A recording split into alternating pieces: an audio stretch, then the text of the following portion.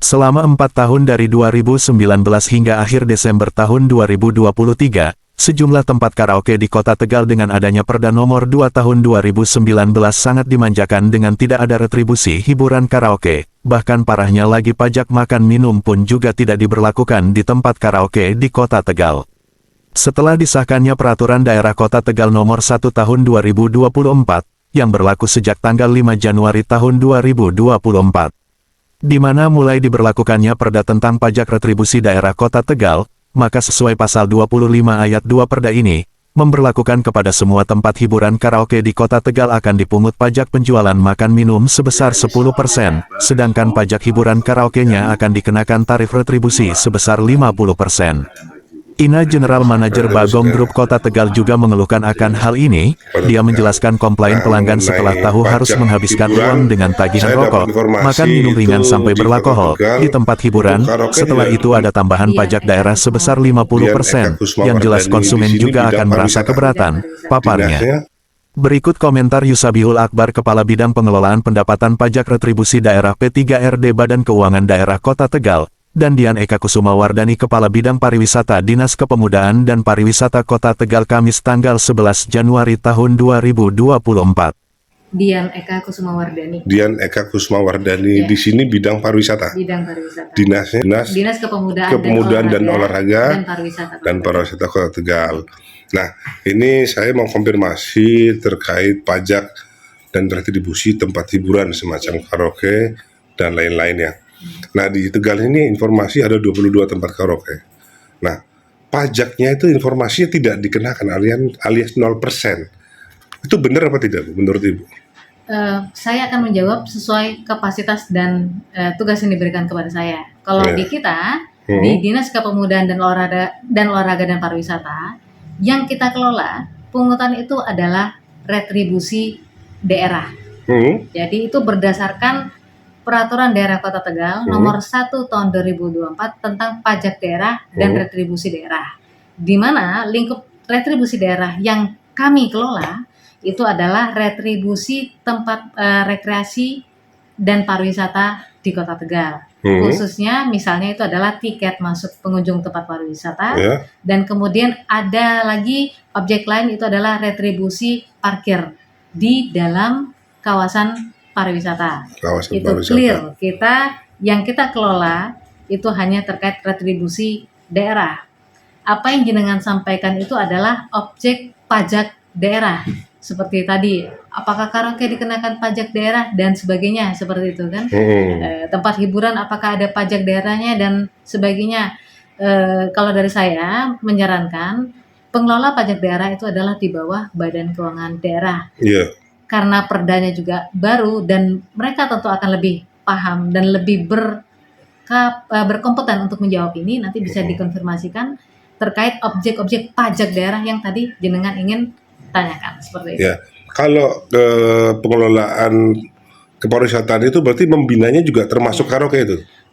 Kalau berdasarkan Undang-Undang Pariwisata, kemudian ada ngapunten saya lupa PP-nya, memang jenis usahanya. Jadi kalau jenis usaha seperti misalnya tempat hiburan, karaoke, betul, di bawah PP itu adalah bagian dari jasa usaha pariwisata. Jasa usaha pariwisata. Kalau konteksnya tadi, apakah itu pembinaan atau jenis usahanya, itu jasa usaha pariwisata. Tapi ketika kita bertanya tentang konteks pungutan daerah yang terkait itu, nah itu adalah masuknya ranah pajak daerah. Di mana memang kalau dinas kami tidak mengelola pajak. Tidak mengelola pajak itu karena untuk seluruh pajak daerah di Kota Tegal itu di bawah. Tapi memang data ada di bawah Ibu, naungan Ibu. Kita selalu berkoordinasi khususnya untuk data itu kepada misalnya DPM PTSP, khususnya DPM PTSP Kota Tegal, karena kita selalu berkoordinasi apa saja usaha perizinan yang telah diterbitkan. Nah, di situ kita bisa lihat nanti jenis usaha karaoke ada nggak, tidak, di situ itu nanti ada. Ada di mana? Ada di sini apa di DPM PTSP? Sumber datanya itu adalah di OSS DPM PTSP. Dan kami meminta data. Sudah pernah diminta apa belum? Sudah. Setahu Ibu ada berapa? Sebentar, lanjut ya. Kalau berdasarkan data yang kami mintakan ke DPM PTSP, data yang resmi apakah suatu jasa usaha itu terdaftar di OSS per tahun 2023 Itu yang saya baca sih di sini kayak klub malam itu 0, karaoke ada 3. Ada 3 apa Iya. saja? 3 nanti saya buka lagi ya, karena Ya. kemudian diskotik 0. Dah itu saja. Jadi ini tahun 2023. Memang kami meminta 2023. Sempat kami konfirmasi juga dengan DPM PTSP gitu kan. Kalau saya minta data 2023, apakah data perizinan tahun-tahun sebelumnya keluar? Ternyata tidak ikut di data ini. Jadi bisa jadi ini adalah 3 yang Terbaru 2023. Iya. Bisa jadi kalau tadinya dengan nyampe 2024. di 2023. Oh, mintanya Iya, 2023 ya. 2024 belum. Jadi ini nanti akan saya bukakan datanya. Bisa jadi apakah 22 data karaoke yang jenengan sebutkan itu bisa jadi memang sudah berizin seluruhnya. atau belum? Ya, tapi izinnya mungkin di sebelum 2023 ya. Karena saya tadi hanya meminta untuk yang tahun 2023. Nah, tapi yang ini tinggal yang 3 ini saya coba bukakan datanya. 992. Ya. Saya tidak terima di sini nama karaoke-nya apa, tapi nama perusahaannya itu adalah Mega Ocean Perkasa. Alamat di Jalan Citarum. Ya, terus? Kemudian Pelangi Mega Persada. Jalan? Alamat Jalan Karimun. Ya. Dan terakhir itu ada perseorangan milik Bapak Erwan Suyanto Jalan? di Ruko Nirmala Square. Oh gitu. Itu Cuma yang tahun 3. 2023. Iya. Ya. Saya tidak bisa menunjukkan data yang tahun sebelumnya karena kebetulan memang saya tidak minta itu. Oh iya. Oke. Rumah pijat ada 3. Mengajukan izin 3. Ya, mana aja Bu? Spa itu ada aktivitas spa, Santifer Aqua itu ada 3. Untuk yang rumah pijat itu datanya adalah sebentar saya carikan. Oke. Ini ada Blue Lagoon, ya kan? Blue Lagoon, ya, alamat? Blue Lagoon di Ruko Graha Mulia ya. Graha Mulia. Ya, kemudian ada lagi tapi nggak di sini ada nama pemiliknya Pak Ruli, kemudian ada Ibu Roidah. Iya. Terus? Ya, kalau untuk yang tadi terkait aktivitas spanya itu ada Ibu Asih, Ibu Rini, Bu Firly itu di Jalan Merpati, Jalan Kemuning, Jalan Cendrawasih. Oh gitu. Ya. Saya Yusuf Ibu Akbar Reskom, Kepala Bidang Pengelolaan Pendapatan Pajak Daerah dan Retribusi Daerah Badan Keuangan Daerah Kota Tegal. Nah, mengenai pajak hiburan, saya dapat informasi itu di Kota Tegal untuk karaoke tidak pernah dipungut pajak berapa tahun, Pak? Jadi dulu di tahun 2011 Perda nomor 5 itu memang sempat ada pajak hiburan jenis karaoke. Kemudian ada perubahan di tahun 2019 berdasarkan Perda nomor 11 ya, itu kemudian pajak karaoke dihapus sehingga memang tidak ada pemungutan pajak karaoke di tahun 2019 ya, sampai dengan 2023. Ya, 2023 berarti sudah ada. Nah, berdasarkan Perda nomor 1 tahun 2024 ya. itu kemudian tentang pajak daerah ya. Salah satu mata pajaknya adalah pajak barang jasa, subnya hiburan dan kesenian tadi ya. Salah satunya adalah tarif untuk pajak karaoke. Itu 50% ya, sesuai pasal 25 ayat 2 tadi ya Pak. Itu Perda nomor 1 2024. Nah, besarnya 50% ya Pak? Betul.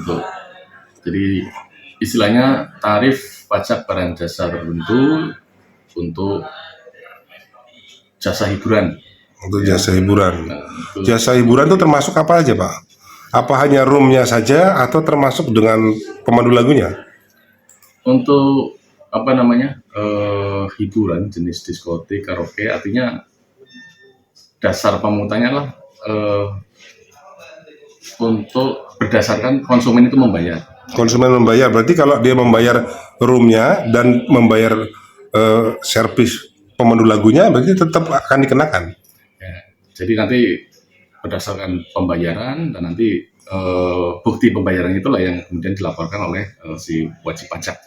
Oh begitu. Berapa besarannya yang dibayarkan konsumen, itu dasar penghitungan pajaknya.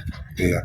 Berarti sempat pajak karaoke itu vakum dari 2019 sampai 2024 kemarin ya terakhir ya? 2023 bulan Desember. Berarti selama 4 tahun ya Pak. Nah, untuk tempat hiburan sendiri di Kota Tegal untuk zaman Pak Iqbal itu ada 22 tempat hiburan Pak. Tapi yang tercatat di DPMPTSP itu hanya 3 tahun 2023 Pak, Desember. Nah itu menurut Bapak apakah nanti yang dipungut itu 3 itu apa semuanya? Nanti kami akan melakukan pendataan ulang ya berapa jenis objek hiburan karaoke tadi. Ya, nanti kita akan lakukan inventarisasi dan dilanjut dengan pendataan sebagai wajib pajak yang ada, karaoke yang ada. Nanti dia akan koordinasi dengan PTSP terkait dengan perizinan atau apa. Kalau tadi pajak hiburan itu sampai 50%, ya kemudian kalau makan minum di tempat hiburan ada ya Pak, itu kena pajak berapa persen? Ini perlu diklarifikasi dulu. Jadi pajak hiburan itu kan banyak, ada hiburan bioskop, kemudian ada lagi hiburan ketangkasan, nah, itu beda-beda tarif. Kalau karaoke 50% tadi itu adalah untuk karaoke. Khusus untuk karaoke, iya. Nah di karaoke kan ada makan minum Pak, itu kan mungkin tidak termasuk 50% itu pajak ya? Nah itu kategorinya nanti di umum, restoran. Makan minum juga, restoran. Dulu sebenarnya pajak restoran, kalau sekarang sebutannya adalah pajak barang jasa tertentu atas makanan dan minuman. 11% ya Pak? 10%. 10%. Iya. Nah harapannya di tahun 2024 ini ada pemasukan buat kas daerah ya Pak dari sektor pajak hiburan ya Pak. Di tahun 2023 dan sebelumnya itu ada pemasukan apa kosong untuk kas daerah dari sektor hiburan gelap malam? Kosong, karena kita memang tidak ada dasar untuk pemungutannya, tidak ada tarifnya. Jadi memang dari 19 sampai 23 tidak ada. Pernah saya dengar informasi 2011 sampai 2019 itu ada sampai luar biasa lah, sampai 600 juta, hampir 1 miliar pajak setahun dari tempat hiburan. Mudah-mudahan 2024 targetnya berapa? Untuk hiburan memang kita ada gabungan ya Pak ya, kita gabungan dengan jenis hiburan lain. Gabungan ya. Ya, saya perlu cek lagi untuk targetnya Pak. Begitu ya. Oke. Jadi nanti untuk mendata dan untuk bisa memungut itu berarti teknisnya gimana? Jadi kita inventarisasi yang ada, dan kita lakukan sosialisasi dulu ya, karena memang ini jenis objek yang baru ya. Sosialisasi dan kita pendataan, ditetapkan sebagai wajib pajak. Nah nanti wajib pajak itu ditugaskan untuk memungut pajak dari konsumen, dan itu nanti disetorkan ke kas daerah, berapa jumlahnya dalam dari Pemkot akan menyediakan kalkulator khusus gitu, komputer khusus gitu gimana? Ada, itu dari sistem Pak. Dari sistem ya? Betul. Jadi dari sistem pajak daerah ya. Setiap kali penyetoran harus melewat sistem itu. Begitu ya. Jadi berapa omsetnya, berapa pajak yang dipungut, dan itu pajaknya atau retribusi itu dipungut tiap hari. 1 kali 24 jam atau per bulan? Kalau pemungutan berarti setiap kali konsumen ya. Iya. Setiap konsumen bayar, berarti di situ ada pajak yang dibayarkan oleh konsumen. Dan kewajiban owner dari tempat hiburan langsung menyetor ke negaranya 1 kali 24 jam apa 1 bulan sekali? 1 bulan sekali ya, paling lambat itu tanggal 15 bulan berikutnya. Oke. Kalau sanksi ya tentunya ada ya. Tentu ada. Kalau tidak menyetorkan pajaknya sesuai yang aturannya Pak. Betul. Mungkin ada undang-undang pidana pajak ya Pak. Betul. Nanti ada proses pemeriksaan, kalau yang tidak disetorkan juga ada dendanya, kekurangannya. Kalau tidak tidak sesuai juga nanti ada ketentuan sanksi administratifnya juga seperti itu.